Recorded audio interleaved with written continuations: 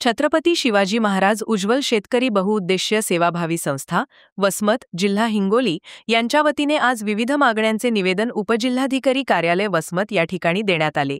यावेळी संस्थेचे सर्व पदाधिकारी व कार्यकर्ते मोठ्या संख्येने उपस्थित होते।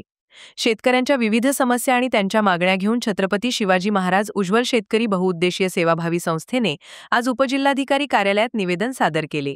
या मागण्यांमध्ये शेतमालाला योग्य भाव मिळावा, नैसर्गिक आपत्तीमुळे झालेल्या नुकसानीचे तातडीने पंचनामे करून भरपाई मिळावी, तसेच शेती संबंधित इतर धोरणांमध्ये सुधारणा व्हावी अशा विविध विषयांचा समावेश आहे।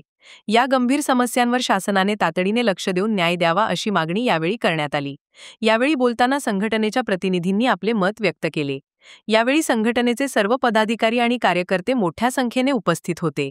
अधिकारी इथे आज आम्ही निवेदन असं दिलंय की म्हणजे सोयाबीन निघून आज 1 महिना झालाय, पण अजूनही वसमत तालुक्यामध्ये कुठेही नाफेडचा काटा चालू झाला नाही आणि तोच नाफेडचा काटा चालू न झाल्यामुळे 53 म्हणजे 5300 रुपये भावाचा हमीभावाचा असलेले सोयाबीन आज शेतकऱ्यांना 4000 रुपये क्विंटल विकावं लागते। म्हणजे क्विंटली 1300-1400 रुपये शेतकऱ्याचं नुकसान होते आणि ते नुकसान म्हणजे होऊ नये म्हणून आम्ही मागच्या 5-6 दिवसापूर्वी एक निवेदन दिलं होतं की काटे चालू करावे, पण आतापर्यंत काटे चालू झाले नाहीत आणि इथून पुढे जर 2 दिवसात जर काटा जर चालू नाही झाला तर आम्ही इथेच या ठिकाणी सोयाबीनची होळी करून म्हणजे होळीला कशा बोंबा ठोकतात तसे आम्ही सरकारच्या नावाने इथं बोंबा ठोकून आंदोलन करणार आहोत, हा आम्ही शासनाला इशारा दिला आहे। आज रेस्ट हाऊसला स्वाभिमानी शेतकरी संघटनेची बैठक झाली।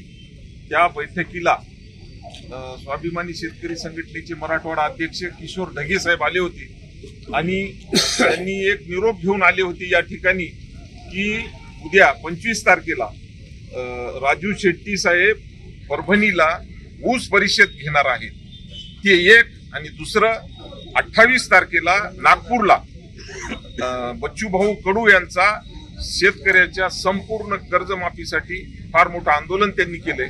या 2 गोष्टी झाल्यानंतर जो काही सोयाबीनचा प्रश्न होता तर किशोर ढगे साहेबांनी सांगितल्यानुसार स्थानिकचे कार्यकर्ते सगळे मिळून आज 16 तारखेला आम्ही डेप्युटी कलेक्टर साहेबाला निवेदन दिलं होतं। 17 तारखेला त्यांना मोंढ्यात नेऊन दाखवलं किती भाव कमी मिळतो ते, आणि प्रत्यक्ष त्यांनी पाहून आश्चर्य व्यक्त केलं की 1300-1400 रुपये जर कमी मिळत असतील तर ही फार मोठी शेतकऱ्यावर अन्याय होतोय।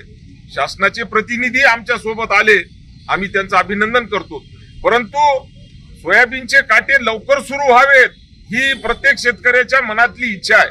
कारण 1000-1500 रुपये क्विंटल मागे जर कमी पडत असतील तर हे नुकसान भरून न येणार आहे, म्हणून त्याच्यामधली तीव्रता कायम ठेवण्यासाठी परत एकदा उपजिल्हाधिकारी यांना आठवण देण्यासाठी आम्ही आज परत सगळे कार्यकर्ते जमलोत आणि त्यांना एक परत तेच निवेदन दिलंय की याच्यामध्ये लक्ष घाला की शेतकरी भरडल्या गेला।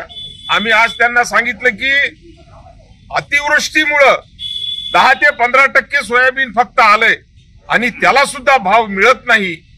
एका बाजूला कृषी प्रधान असलेला देश, मोदी साहेब आपल्या देशाचे पंतप्रधान सांगतात जागतिक महासत्ता बनणार आहे, ते स्वप्न पाहिले, ते स्वप्न पाहत असताना शेतकऱ्याचं काय हा प्रश्न आमच्या पुढे शिल्लक राहतो।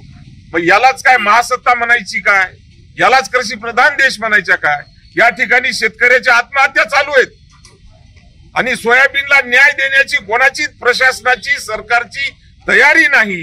हे दुःख घेऊन आम्ही आज इथं आलो आणि त्यांना इशारा दिलाय लवकरात लवकर काटे सुरू झाले पाहिजेत, नाहीतर सोयाबीन पेटल्याशिवाय राहणार नाहीत। आम्ही सगळे शेतकरी मिळून सोयाबीनची होळी करणार आहेत आणि ही होळी झालेली सरकारला पाहावी लागेल, तर ती लाजिरवाणी गोष्ट टाळण्यासाठी लवकरात लवकर सरकारनं ध्यानावर येऊन आम्हाला मदत करावी ही एकच अपेक्षा घेऊन आम्ही आज लढत आहोत आणि हा न्याय मिळेपर्यंत आम्ही लढत राहणार आहोत असा संकल्प आमच्या सगळ्या सहकारी कार्यकर्त्यांनी केलाय आणि हा संकल्प घेऊन आम्ही जात आहोत।